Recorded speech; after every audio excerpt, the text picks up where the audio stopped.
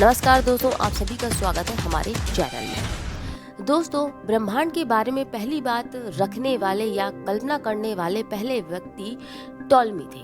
वहीं 1995 में एक्सो प्लैनेट की खोज हुई थी, जिसने ब्रह्मांड की खोज में एक नया अध्याय जोड़ दिया था। और इसके बाद से एक के बाद एक ब्रह्मांड में कई तरह के खोज करने लगे वैज्ञानिक। बताते हैं कि हमारे सौर मंडल के बाहर स्थित अन्य ग्रह जो सूर्य के अतिरिक्त किसी अन्य तारे का परिक्रमा करते हैं, उन्हें एक्सो प्लैनेट या बहिर्ग्रह या फिर गैर सौरीय ग्रह कहा जाता है। इन्हें एक्स ट्रांसोलर ग्रहों के नाम से भी जाना जाता है। इन ग्रहों को टेलीस्कोप के द्वारा सीधा नहीं देखा जा सकता, क्योंकि इनकी चमक बहुत कम होती है। वैज्ञानिक लगातार ब्रह्मांड में जीवन की संभावनाओं की तलाश कर रहे हैं और इसी दिशा में सौरमंडल के ग्रह तथा एक्सोप्लैनेट दोनों में जीवन की खोज लगातार चालू भी है। दोस्तों, जिस तरह से बढ़ती ऊर्जा की वजह से पृथ्वी के संसाधन जल्द ही समाप्त हो जाएंगे, इस स्थिति में ब्रह्मांड तथा अंतरिक्ष में ऊर्जा की खोज होना बेहद ही जरूरी है, ताकि समय रहते आवश्यकताओं को पूरा किया जा सके। मानव द्वारा पृथ्वी के अतिदोहन से पृथ्वी पर संसाधन दबाव हमेशा से ही रहा है, जिस कारण से पारिस्थितिक संकट जैसी समस्याएं जन्म ले चुकी है। आपको बता दें कि ब्रह्मांड में अब तक 4000 से अधिक एक्सोप्लैनेट्स की खोज हो चुकी है। पृथ्वी की सर्वाधिक निकट स्थिति एक्सोप्लैनेट का नाम प्रॉक्सिमा सेंचुरी बी है, जो पृथ्वी से 4.242 प्रकाश वर्ष दूर है। दोस्तों, हाल ही में वैज्ञानिकों ने एक नया एक्सोप्लैनेट खोज निकाला है, जिसका नाम HD 1140A2b है।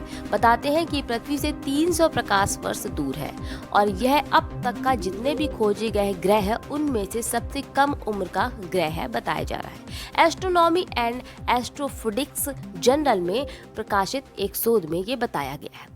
जब से खगोलविदों को इस ग्रह के आकार और प्रकार के बारे में जानकारी मिली है, वे बेहद ही हैरान हैं। जिसका आकार बृहस्पति जितना बड़ा है, इसको मापने के बाद वैज्ञानिकों को पता चला है कि गैस ग्रह निर्माण से जुड़े दो मॉडल में से किसी से भी इस ग्रह के गुण मेल नहीं खाते हैं, यानी बेहद ही अलग तरह का ग्रह है ये।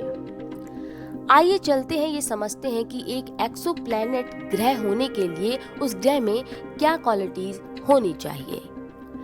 इसके लिए जाहिर सी बात है कि विशेषताएं यानी कि गुणों की इकाई यानी कि डेटा की जरूरत होगी। ये डेटा दो तरह का होता है, ट्रांजिट डेटा और रियल वेलोसिटी डेटा। जब किसी तारे के चारों तरफ चक्कर लगाने वाला एक्सोप्लैनेट उसके सामने से गुजरता है, तो तारे की रोशनी में कमी होना ट्रांजिट डेटा का रिकॉर्ड हो जाता है।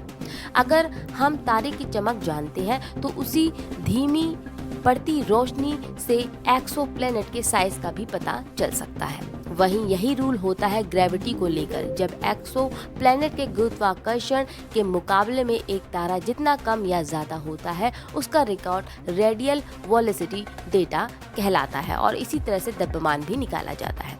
ट्रांजिट डेटा और रियल वेलोसिटी डेटा के द्वारा ही शोधकर्ताओं को पता चला कि HD 1140A2b का जो रेडियस है वो बृहस्पति ग्रह के जैसा ही है, लेकिन इसका जो द्रव्यमान है वो बृहस्पति से 8 गुना ज्यादा है। वहीं एक्सोप्लैनेट का जो घनत्व है यानी डेंसिटी जो है वो पृथ्वी से करीब 2 गुना है। खगोलविदों का कहना है कि यह एक गैस जॉइंट है, लेकिन खगोलविद यह नहीं समझ पाए हैं अब तक कि आखिर ये बना कैसे होगा। शोधकर्ताओं का कहना है कि HD 1140A2b के गुण हॉट स्टार्ट मॉडल में फिट नहीं बैठते हैं। इस पर जो लॉन हॉट है उनका कहना है कि हम केवल इतना ही कह सकते हैं कि हम अभी भी विशाल ग्रहों के निर्माण को ठीक तरह से नहीं समझ पाए हैं। जर्मनी में Max Planck Institute for Astronomy के एस्ट्रोफिजिसिस्ट ओल्गा जखोजाय का कहना है कि मौजूदा मॉडल से तुलना करें तो गैस जॉइंट HD 1140A2b की उम्र अभी केवल 1.5 करोड़ साल है, जो युवा ग्रह होने के नाते